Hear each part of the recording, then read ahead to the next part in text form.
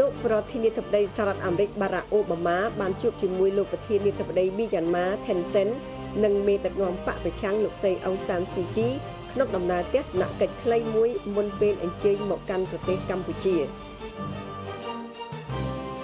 ក្នុងឱកាសកំពុងវាយប្រហារពីដែនអាកាសទៅលើតំបន់ហ្គាហ្សាលោកអេហ៊ូតបារ៉ាក់រដ្ឋមន្ត្រីការពារប្រទេសអ៊ីស្រាអែលបានទៅមើលប្រព័ន្ធកាំជ្រួចស្កាត់ចាប់មនុស្សជាច្រើនពាន់នាក់បានមកចូលរួមក្នុងពិធីបូជាសពប្រមុខដឹកនាំហិណ្ឌូជ្រុលនិយមនៅក្នុងប្រទេសឥណ្ឌាយានអវកាសសូយូសបានមកចុះចតដោយសុវត្ថិភាពបន្ទាប់ពីវិលពីការបំពេញបេសកកម្មនៅលើស្ថានីយ៍អវកាសអន្តរជាតិលោកស្រីអ្នកនាងកញ្ញាទូរទស្សនិកជនជាទីគោរពនៅក្នុងដំណើរទស្សនកិច្ចនៅប្រទេសមីយ៉ាន់ម៉ាលោកប្រធានាធិបតីសហរដ្ឋអាមេរិកបារ៉ាក់អូបាម៉ាបានជួបជាមួយលោកប្រធានាធិបតីថេនសិនដោយបានកោតសរសើរប្រទេសនេះដែលរំកិលខ្លួនទៅរកសន្តិភាពលោកទាំងពីរបានជជែកគ្នាដោយឆ្លងកាត់អ្នកបកប្រែលោកអូបាម៉ាបានប្រាប់សមាភិកីរបស់លោកថាគំនិតផ្ដួចផ្ដើមនៃការដាក់ប្រទេសមីយ៉ាន់ម៉ានៅលើមាគ៌ាប្រជាធិបតេយ្យគឺជាជំហានដំបូងនៃដំណើរផ្លូវយ៉ាងវែងឆ្ងាយលោកនិយាយថាជំនឿរបស់យើងគឺថាដំណើរការនៃកិច្ចកែតម្រង់នឹងនាំប្រទេសនេះធ្វើដំណើរឆ្ពោះទៅមុខលោកអូបាម៉ាបានចំណាយពេលប្រមាណជា6ម៉ោងនៅក្នុងប្រទេសមីយ៉ាន់ម៉ាជាផ្នែកមួយនៃដំណើរទស្សនកិច្ចដ៏ប្រញាប់ប្រញាល់នៅក្នុងប្រទេសសំខាន់ៗនៅអាស៊ីអាគ្នេយ៍មុននឹងលោកត្រឡប់ទៅកាន់ទីក្រុង Washington វិញនៅថ្ងៃពុធស្អែកលោកត្រូវបានគេរិះគន់នៅឯផ្ទះ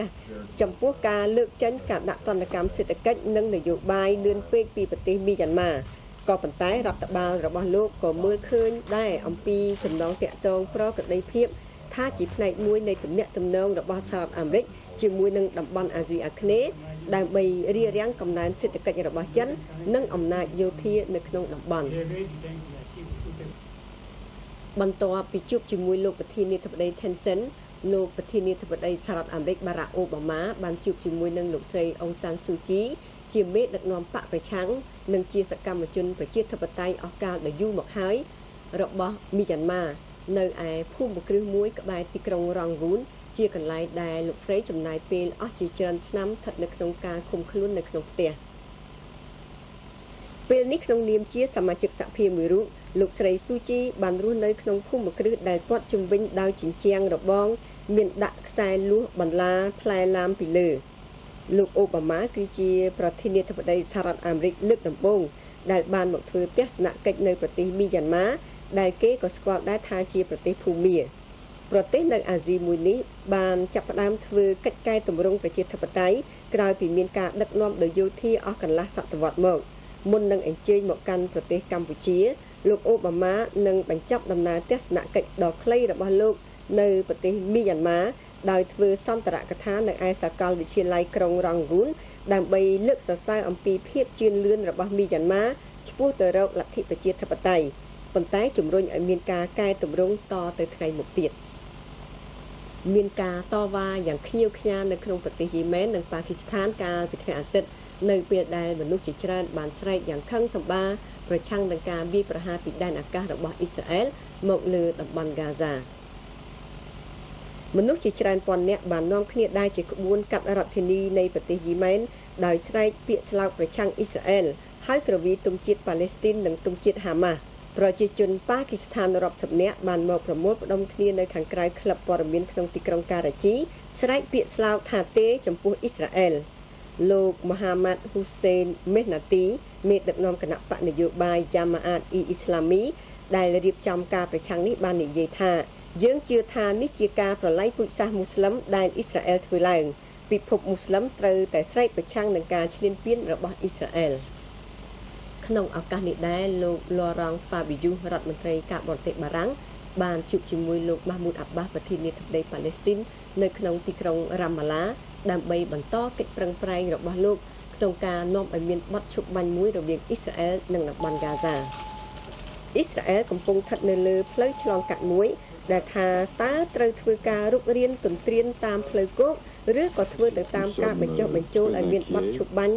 ដែលអ៊ីជីបកំពុងតែដឹកនាំប្រឹងប្រែងចាប់តាំងពីអ៊ីស្រាអែលផ្ដើមវាយសម្រុកប្រឆាំងនឹងការបាញ់រ៉ុកែតចេញពីតំបន់ហ្គាហ្សាកាលពី5ថ្ងៃមុននេះថ្លែងនៅខាងក្រៅទីចាត់ការប្រធានាធិបតីប៉ាឡេស្ទីនក្នុងទីក្រុងរ៉ាម៉ាឡាក្រោយពីកិច្ចជួបគ្នាលោកហ្វាប៊ីយូបានបញ្ជាក់អំពីសារៈសំខាន់នៃការរារាំងស្ថានភាពគណៈបកទាំងអស់ចេញពីការវិវត្តចូលទៅក្នុងសង្គ្រាមដ៏ខ្លាំងក្លាមួយ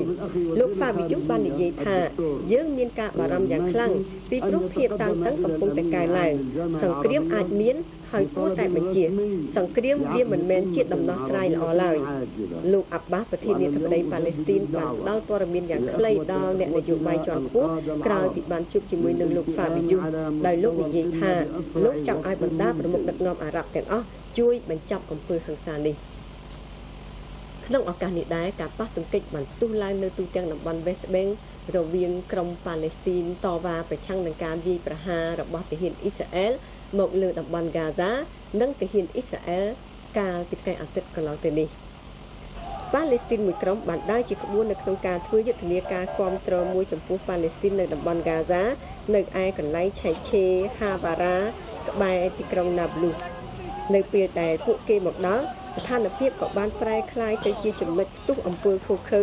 ជាមួយនឹងទាហានអ៊ីស្រាអែលដែលកំពុងតែល្បាតតាមព្រំដែនឆ្លងកាត់ក្រុមអ្នកតវ៉ាបានចោលដុំថ្មទៅរកក្រុមទាហានដែលតបតវិញដោយបាញ់ឧស្ម័នបង្ហូរទឹកភ្នែកក៏មានការធ្វើបាតកម្មផងដែរនៅក្បែរជំរំអូហ្វឺនាឯជាយក្រុងរ៉ាម៉ាឡានៅ West Bank ក្រុមទាហានអ៊ីស្រាអែលបានបាញ់ឧស្ម័នបង្ហូរទឹកភ្នែកនៅពេលដែលបាតុករប៉ាឡេស្ទីនចោលដុំថ្មទៅលើពួកគេនៅទីក្រុងតែលអាវីវលោកអេហ៊ូតបារ៉ាក់រដ្ឋមន្ត្រីការពារប្រទេសអ៊ីស្រាអែលបានទៅពិនិត្យមើលមីស៊ីលស្កាត់ចាប់ Iron Dome កាលពីរសៀលថ្ងៃអាទិត្យប្រព័ន្ធកាំជ្រួចស្កាត់ចាប់នេះត្រូវបានដាក់ដំឡើងនៅកណ្ដាលប្រទេសអ៊ីស្រាអែលក្រោយពីមានការបាញ់ប្រហារដោយគ្រាប់រ៉ុកែតជាច្រើនគ្រាប់ស្រោចមកលើតំបន់នៃរដ្ឋធានីតែលអាវីវជាលើកទី1កាលពីថ្ងៃប្រហ័សកន្លងទៅនេះយ៉ាងហោចណាស់មានមនុស្ស2នាក់ត្រូវបានសម្លាប់និងជាង20នាក់បានរងរបួសនៅពេលដែលគ្រាប់បែកដ៏មានកម្លាំងខ្លាំងមួយបានផ្ទុះឡើងនៅខាងក្រៅព្រះវិហារមូស្លឹមស៊ីអ៊ីតនៅក្នុងទីក្រុង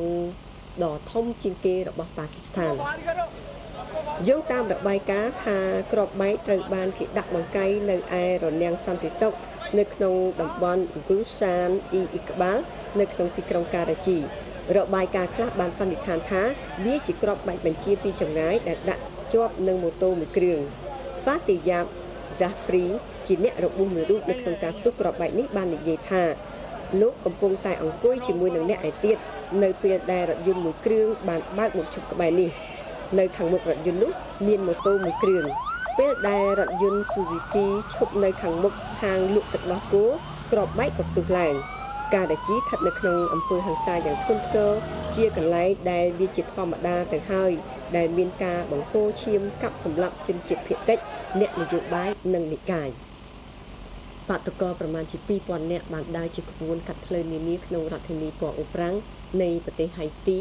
ដោយស្រែកពាក្យស្លោកនិងក្រវីផ្ទាំងបដាដើម្បីទាមទារឲ្យដកតំណែងលោកប្រធានាធិបតី Michel Martelly ជាអតីតតារាចម្រៀងតន្ត្រីសម័យដែលបានឈ្នះឆ្នោតកាលពីឆ្នាំមុនហើយលោកបានសន្យាថានឹងធ្វើឲ្យសេដ្ឋកិច្ចមានភាពរីកចម្រើនមនុស្សភាគច្រើនបានកាន់មែកឈើតូចៗនៅពេលដែលពួកគេដើរកាត់តំបន់ចាក់សម្រាមស៊ុបទ្រុបនៅរដ្ឋធានីពណ៌អូប្រាំងហើយបានដុតគំនរសម្រាមនៅលើដងផ្លូវនេះគឺជាបាតកម្មប្រឆាំងនឹងរដ្ឋាភិបាលលើកចុងក្រោយហើយនៅក្នុងឆ្នាំនេះកាលពីខែកញ្ញាមានមនុស្សជាច្រើនពាន់នាក់ដែលដើរជាក្បួនរិះគន់រដ្ឋបាលរបស់លោក Martelly ចំពោះការដែលមិនបានធ្វើអ្វីៗឲ្យបានគ្រប់គ្រាន់ក្នុងការរក្សាតម្លៃនៃការរស់នៅមនុស្សជាច្រើនពាន់នាក់បានមកប្រមូលផ្ដុំគ្នានៅក្នុងទីក្រុងបំបីដើម្បីប្រារព្ធពិធីបុណ្យសពលោកបាល់ឆេកថរ៉ៃជាមេដឹកនាំហិណ្ឌូជ្រុលនិយមដាច់ខាតតាក់ទងទៅនឹងរលកហិង្សាប្រឆាំងនឹងមូស្លឹមនិងកម្មករចំណាក់ស្រុកនៅក្នុងប្រទេសឥណ្ឌាប៉ូលីសប្រមាណជា 20,000 នាក់បានត្រៀមលក្ខណៈជាប់ដោយសារតែក្រុមនេះធ្លាប់មានប្រវត្តិបង្កអំពើហិង្សាទោះជាយ៉ាងនេះក្តីក្រុមអ្នកកាន់មរណទុក្ខមានភាពស្ងប់ស្ងាត់ទេនៅពេលដែលសពរបស់លោកថាក់ខូរ៉ៃត្រូវបានបូជានៅឯឧទ្យានស៊ីវ៉ាជីជាកន្លែងដែលលោកបានឡើងថ្លែងសន្ទរកថាជាលើកដំបូងផ្នែកនយោបាយរបស់លោកជាសាធារណៈនៅក្នុងយុទ្ធនាការមួយកាលពី46ឆ្នាំមុន លោកថាខរ៉ៃបានទទួលមរណភាពក្នុងជនមានអាយុ86ឆ្នាំដោយជំងឺបេះដូងតារាវិទូនៃយានអវកាសបានមកចុះចតនៅកណ្ដាលប្រទេសកាហ្សាក់ស្តង់នៅថ្ងៃច័ន្ទនេះក្នុងភាពងងឹតក្រោយពីស្ថិតនៅលើស្ថានីយ៍អវកាសអស់125ថ្ងៃមកលោក William Sunita នៃអង្គការ NASA លោក Yuri Malenchenko តារាវិទូរុស្ស៊ីនិងលោក Aki Hoshide នៅភ្នាក់ងារទីអវកាស JAXA របស់ជប៉ុនបានមកចុះចតដល់ដីនាវេលាម៉ោង 7:56 នាទីព្រឹកម៉ោងនៅភាគឦសាននៃទីក្រុងអាកាលិកឧទ្ធម្ភាគចក្រចំនួន8គ្រឿងបានប្រញាប់ប្រញាល់ស្វែងរកក្រុមតារាវិទូដើម្បីជួយពួកគេដែលយានរបស់ពួកគេមិនរលាស់ឆាត់យោងទៅតាមផែនការចុះចតជាក់លាក់ដោយសារតែដំណើរការមានការពន្យាពេលបន្តិចបន្តួចតារាវិទូ3រូបទៀតកំពុងតែស្ថិតនៅលើទីអវកាសអន្តរជាតិយានសាយុនៅតែជាយានតែមួយគត់សម្រាប់តារាវិទូអន្តរជាតិក្នុងការធ្វើដំណើរទៅកាន់មន្ទីរពិសោធន៍នៅឯតារាវិថីចាប់តាំងពីយានអវកាសសហរដ្ឋអាមេរិកបញ្ចប់សកម្មភាពរបស់ខ្លួនក្នុងឆ្នាំ2011មកលោកស្រីអ្នកកញ្ញាទុកទស្សនិកជនជាទីគោរពព័ត៌មានក្នុងប្រទេសនិងអន្តរជាតិដែលយើងខ្ញុំជម្រាបជូននៅរូបនេះចាប់តែប៉ុណ្ណេះសូមថ្លែងអំណរគុណចំពោះការតាមដានទស្សនារបស់លោកអ្នកសូមគោរពលា